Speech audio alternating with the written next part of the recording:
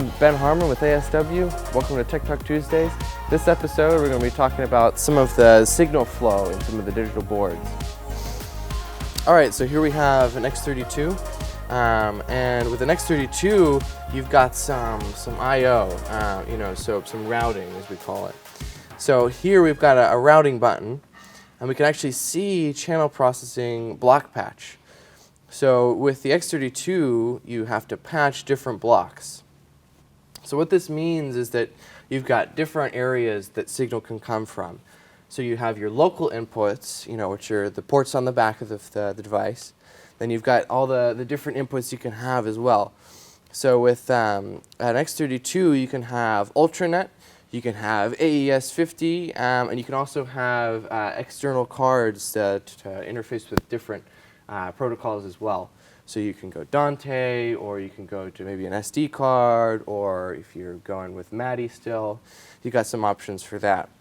So here we are at home, and we can select inputs and where they're going from, basically. So inputs 1 through 8, 9 through 16, 17 to 24, and 25 to 32. So as we scroll through, we can see we have the local inputs, the AES-50A inputs, and then we've got another AES-50B. So we've got two AES-50 inputs here. So we keep going, we see we've got the card input as well. So those are your 3 or 4 main areas you've got for the X32 here. On bigger boards, maybe you'll have more areas. Smaller boards, maybe less areas. On other consoles, you can actually patch one-to-one, so you'll be patching each device separately, or each channel separately. But on the X32 here, you've got banks of 8. So say maybe we've got a stage box plugged in, and it's on AES-50B 1 through 16, and we want to patch those 16 inputs to the second part of the board, so 17 through 32. What we'll do is we'll scroll down, and we'll go down, so this is 17 to 24, we'll scroll down, and we'll select it on AES-50B 1 through 8, come down here, and we'll select the same thing, 9 through 16. And so now we've patched it so that the first 16 inputs are from the back of the board, and then the next 16 inputs are from a stage box.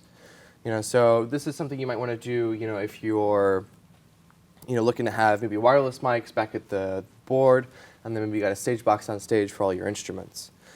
And so that's something you got to keep in mind, is that even though your channel's got a certain number on it, that doesn't mean that the number on the stage box or device that you're plugged into is the same. So your input number could be coming from a number of different places and going to a channel number that doesn't line up. This is another one of those things with digital consoles. You got flexibility to have inputs coming from all kinds of different places, but you got to remember where they're coming from because it won't tell you right on the surface. I'm Ben Harmon. This is Tech Talk Tuesdays from ASW. Thank you for watching, and we'll see you next time.